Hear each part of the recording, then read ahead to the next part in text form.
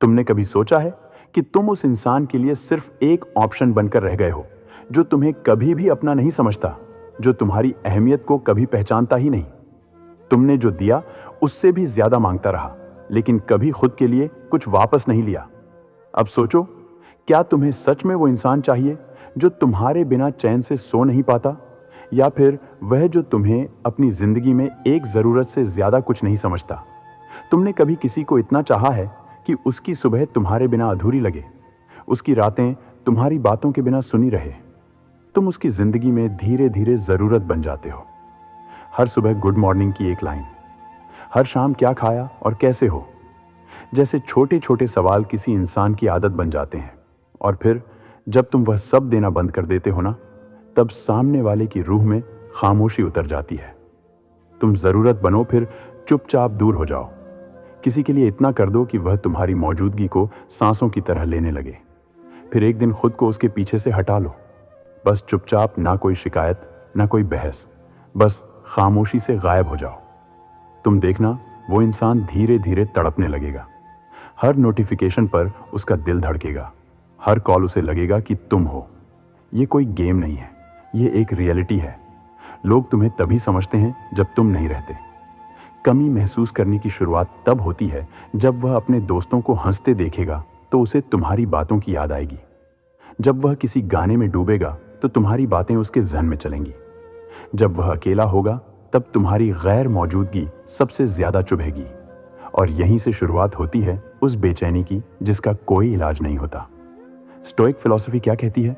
Stoic सोच कहती है, दूरी महसूस कराने का सबसे पावरफुल तरीका है। जब हम हर वक्त किसी को खुद में डुबो देते हैं तो वह हमें हल्के में लेने लगता है। वो सोचता है कि हम तो हैं ही, हर वक्त हर मोड़ पर। लेकिन जब तुम एक दिन बस चुप हो जाते हो तो सन्नाटा बोलने लगता है। वहीं से शुरू होता है उसका रियलाइज करना, उसका खुद से सवाल करना, मैंने क्या खो दिया? तुम्हारी चुप्पी उसकी बेचैनी बन जाती है।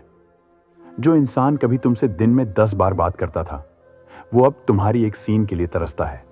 जो पहले हर बात बताता था, अब खालीपन में खुद से बात करता है। तुम जब थे तो उसे तुम्हारी अहमियत समझ नहीं आई। अब तुम नहीं हो तो वह हर उस पल को जी रहा है जहां तुमने उसे अपना समय दिया था।